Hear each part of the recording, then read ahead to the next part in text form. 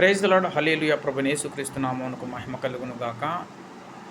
హెబ్రీయులకు రాసిన పత్రిక 2:5లో ఇలాగు ఉన్నది అన్నమాట. మనము మాట్లాడుచున్న రాబో లోకమును ఆయన దూతలకు లోపరచలేదు అని చెప్పబడుతూ ఉన్నది. మనము మాట్లాడుచున్న రాబో లోకము అన్నమాట. అంటే క్రైస్తవులు ఒక లోకమును గురించి మాట్లాడుతూ ఉన్నారు. ఆ లోకము చాలా శ్రేష్టమైన లోకము అని బైబిల్ చెబుతుంది అన్నమాట. ఒక శ్రేష్టమైన లోకమును గూర్చి బైబిల్ గ్రంథం చెబుతూ ఉన్నది. క్రైస్తవులు మాట్లాడుతూ ఉన్నారు అన్నమాట. ఆ శ్రేష్టమైన లోకం ఏమిటి అంటే నూతన యెరూషలేము అను పట్టణము. నూతన యెరూషలేము అను పట్టణము ఆయన దేవదూతలకు లోపరచలేదు అన్నమాట. దేవదూతలకు ఇవ్వలేదు అన్నమాట.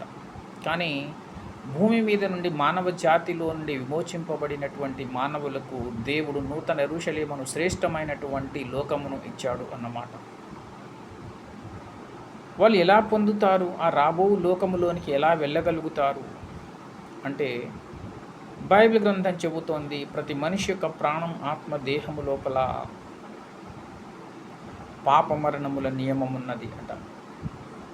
ఆ పాప మరణముల నియమమును తొలగించుకుంటే అప్పుడు ఆ శ్రేష్టమైన లోకములోనికి వెళ్ళగలుగుతారు అన్నమాట. పాప మరణముల నియమము నుండి విడుదల పొందాలి. అలా విడుదల పొందగలిగినప్పుడు మాత్రమే ఆ శ్రేష్టమైన లోకమును అనేది పొందగలుగుతారు అన్నమాట. ఎలా పోతుంది మరి పాప మరణముల నియమం? మనిషి యొక్క ప్రాణము, ఆత్మ, దేహములో ఉన్నటువంటి పాప మరణముల నియమం ఎలా తొలగించబడుతుంది అంటే యేసుక్రీస్తు రక్తం ప్రతి పాపము నుండి మనలను పవిత్రులనుగా చేయును అని బైబిల్ గ్రంథం చెబుతూ ఉన్నది అన్నమాట. మనిషి యొక్క ప్రాణము, ఆత్మ, దేహములో ఉన్నటువంటి పాప మరణముల నియమము తొలగించబడాలి అంటే యేసుక్రీస్తు రక్తము ద్వారా సాధ్యము అన్నమాట. యేసుక్రీస్తు రక్తం ప్రతి పాపము నుండి మనలను పవిత్రులనుగా చేయును.